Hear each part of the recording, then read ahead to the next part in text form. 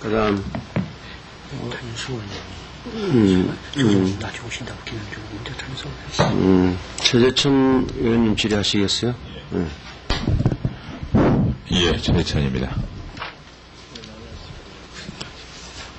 사실 그렇네. 괴로운 선택의 문제입니다만 이제 뭐 논리나 비교법적인 문제 이런 것들은 더 이상 논란거리가 아니라고 생각합니다. 저 개인적으로는 이제 선택의 문제고 결정의 문제만 남아있다고 생각을 합니다. 그리고 개인적 소신이나 양심의 문제, 종교적 양심의 문제 이런 것들이 결국은 사형제의 존폐를 판가름하는 기준일 텐데 물론 저도 솔직히 개인적인 두려움은 존재합니다. 전 뭐 거의 한 20여 년 전부터 폐지론이 당연하다고 생각하고 살아왔는데 그 폐지를 주장하면 결정적인 반론이 들어옵니다. 이를테면 당신의 가족에게, 당신의 주변 사람들에게 그런 흉악스러운 일이 벌어졌을 때도 당신은 사형제 폐지를 주장할 수 있겠느냐. 물론 괴롭죠. 물론 저도 어젯밤에도 한참 생각을 해봤습니다만 자료를 읽으면서 두려운 일입니다. 그렇지만 저도 한 사람의 인간으로서 제 인간의 존엄성이 보장되기를 바란다면 아무리 극단적으로 비난받을 만한 그런 범죄를 저지른 양심이나 인격이라고 하더라도 우리가 그 부분까지 처단할 권한은 없다 저는 그런 확고한 생각을 가지고 있습니다. 물론 그럼에도 불구하고 여전히 보통 사람으로서 두려움은 남습니다. 그렇지만 폐지는 찬성합니다. 제가 존경하는 부장판사님이 한 분 나오셨습니다. 제가 평소에 늘 존경하고 얼마 전에 재천 지원장 계실 때 자기가 병원에 가서 기다리다 보니까 재판 기다릴 때 그 고통들 힘든 것들 이런 것들을 글로 써가지고 신문 주변에 여러 차례 나온 적도 있습니다만 어떻습니까? 우리 유혜영 부장판사님 사형 선고해본 경험이 있습니까? 네, 아직은 없습니다. 아직은 없습니까? 전에 형사 합의부 근무해본 적은 있었죠? 예, 무기징역까지는 선고해봤습니다만 사형은 아직 선고해본 적이 없습니다. 그럼 그때 지금 쭉 논문 이번에 제출하신 의견서 보면 사형 판결이 확정된 사례 해가지고 기본적인 사례들을 들고 있는데 그 기본 사례에 비추어 볼 때 그때 무기징역 사례는 사형이 선고될 수도 있는 사건이었습니까? 속단하기는 어렵습니다만 아닌 것 같습니다. 아닌 것 같아요. 예.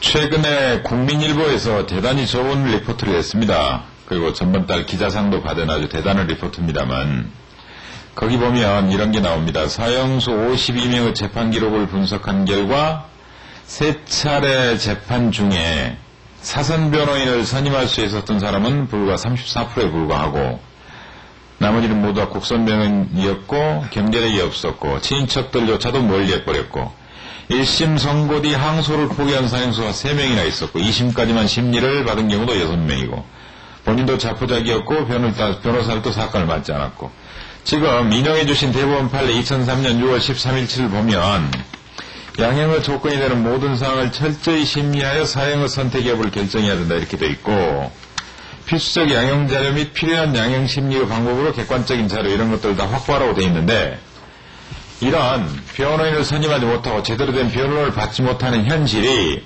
제대로 된 양형 자료나 사형 선택 여부에 대한 불리한 자료로 작용할 염려는 없습니까?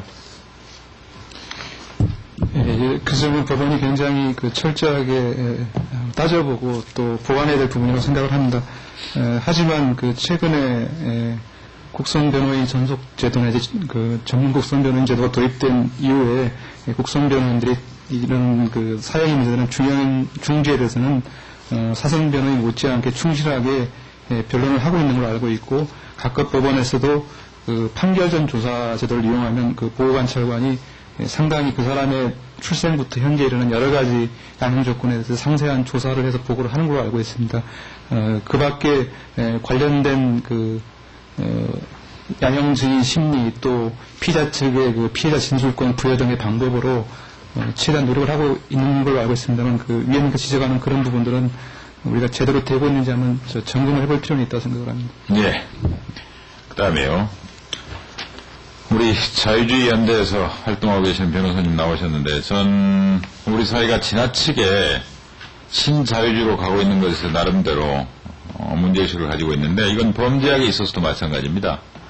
범죄학도 물론 자유주의 이념이 있습니다. 그 범죄학에 있어서 자유주의 이념은 개인의 철저한 자유와 책임을 전제로 합니다. 그리고 인간의 이기심은 범죄로 인해서 얻을 수 있는 이익과 범죄로 인해서 입게 될 손실을 잘 비교해서 이득이 되는 쪽으로 간다는 겁니다. 일종 공리주의적 범죄관이 발전해서 자유주의적 범죄학, 신자유주의적 범죄학을 하고 있는데, 이렇게 됐을 때 저는 우리나라 사형수들의 판단 능력, 개인적인 자유, 과연 그 친구들이 어릴 때부터 가장 자유로운 인격이 발현될 만한 환경 속에서 자라났고, 그런 판단 능력을 가질 만큼 교육을 받았고, 그런 판단 능력을 함유할 만큼 사회적인 환경을 보유했는지에 대해서 회의적입니다.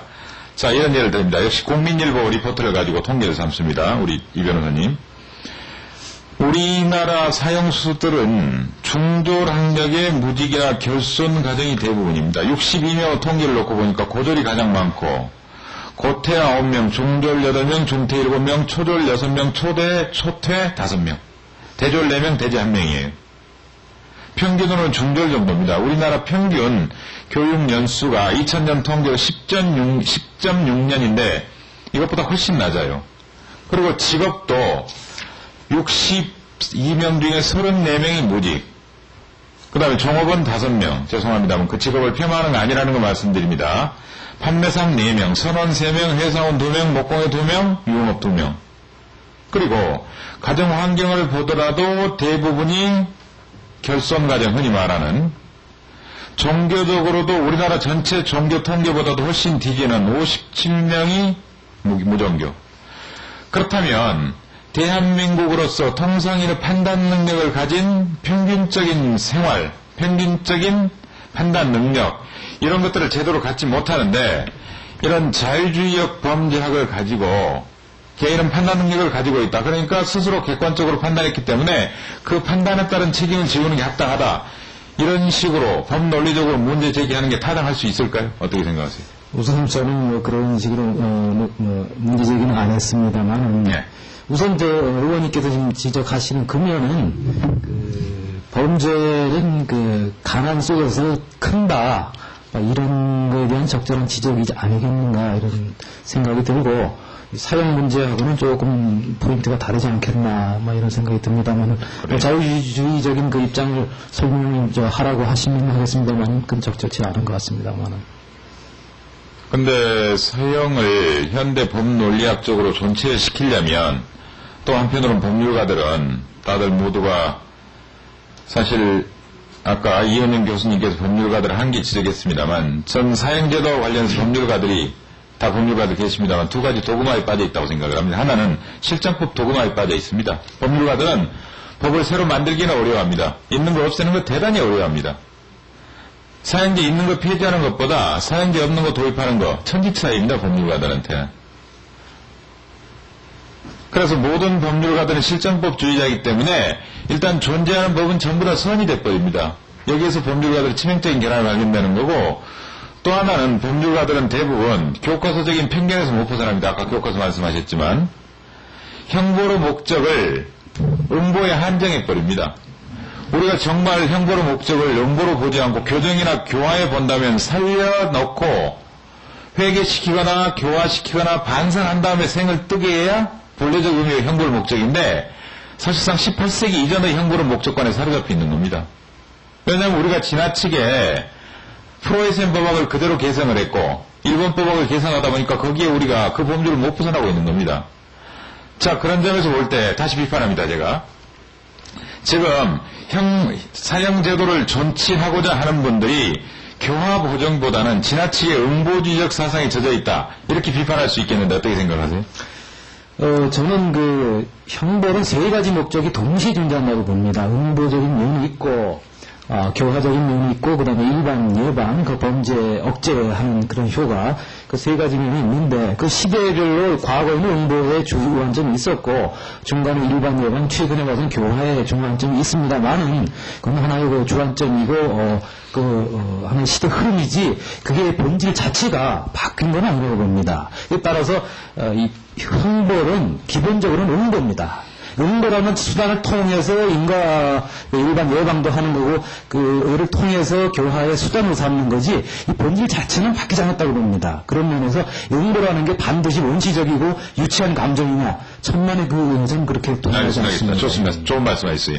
예방, 응보, 교정, 교화가 조화를 이뤄야 된다고 말씀하셨는데 절대적 정신형은 예방적 효과도 일정 부분 가질 수 있고 응보적 효과도 제대로 가질 수 있고 교정, 교화 목적도 달성할 수 있어요. 근데 사용을 시켜버리면 예방과 응보적 목적은 달성할 수 있을지도 모르겠습니다만 교정, 교화는 현실적으로 달성할 수 없잖아요. 네, 그런 면이 있는 거 동의합니다. 그런데 어느 선을 넘어가는 행동에 대해서는 그건 어쩔 수 없이 교화를 포기하고 우리 사용자라는 개념 자체가 그런 어쩔 수 없는 선택이 아닌가 그런 생각합니다. 예. 이게 뭐 바람직하다는 뜻은 아닌가만은 불가피한 선택이 아닌가. 마지막으로 한 가지만 묻겠습니다.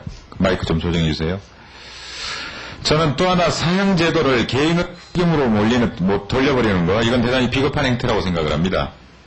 왜냐하면 이것도 역시 국민일보 통계를 인용합니다. 아까 말씀드린 대로 경제적으로도 대단히 열악하고 우리 사회의 평균적인 직업 수준도 갖지 못하고 그 다음에 결성가정 출신들이고 자 이렇습니다. 범죄의 대책을 범죄학이라는 게 원인에 따른 범죄 대책을 의미할지인데 그 범죄 원인 자체가 개인적 원인에 있다면 그 개인을 격리시키거나 그 개인을 저 세상으로 보내더라도 용납이 될 겁니다. 그런데 범죄 원인 자체가 사회적 원인에 있다 그러면 범죄인에게 책임이 있는 게 아니라 사회의 책임이 있는 겁니다. 근데 사회는 일체 책임을 지지 않고 사회로부터 격리시켜버리거나 도태시켜버림으로써 손 털어버리는 거 이것 자체는 대단히 위험한 일입니다. 그러니까 범죄의 원인과 대책이 조화롭게 일관성을 가져야만이 그 형벌이 목적을 달성할 수 있을 텐데 사실상 사회가 각박이라 그렇다. 지나친 경쟁사회라서 그렇다. 지나친 금전만능주의라서 그런 범죄가 발생했다. 이렇게 비난을 하면서도 막상 책임은 전부 다 개인으로 돌려버리는 그런 우 여기에 대해서는 어떻게 생각하십니까? 우선 그 범죄가 개인적 책임만 있다. 그렇지 않다는 지적에 대해서 저도 동감입니다. 그런데 그렇다 그러면 또 반대로 사회적 책임만 있느냐? 또 역시 저는 그렇지 않다고 봅니다. 사회적 책임과 개인적 책임이 함께 있는 건데 우리가 똑같은 상황에 있으면서도 대부분의 보통 사람들은 범죄를 안 합니다. 그런데 몇몇 사람들은 그 똑같은 상황에서 범죄를 저지르고 그러기 때문에 개인적인 책임이 훨씬 더 큰 면이 분명히 있다. 이 점을 말씀드리고 싶고 그래서 우리가 이거를 편하게 손을 턴다 이렇게 표현하실 수도 있겠는데 사실 사회적으로는 그 피해가 발생함으로써 이미 사회적으로 비용을 지불하고 책임을 어느 정도 지고 있는 중이고 그 다음에 사회적 책임은 바로 아까 말씀드린 빈곤을 우선 타파하면서 그 토양을 없애고 또 마찬가지로 그 빈곤이 전부는 아닙니다만 그래서 범죄를 억제할 수 있는 여러 다른 프로그램을 사회가 해나가야 되지요. 물론 사용만 한다고 해서 손 턴다는 의원님 지적 말씀대로 그건 옳지 않다고 봅니다. 그 점은 동의합니다. 네, 마치겠습니다. 네, 수고하셨습니다.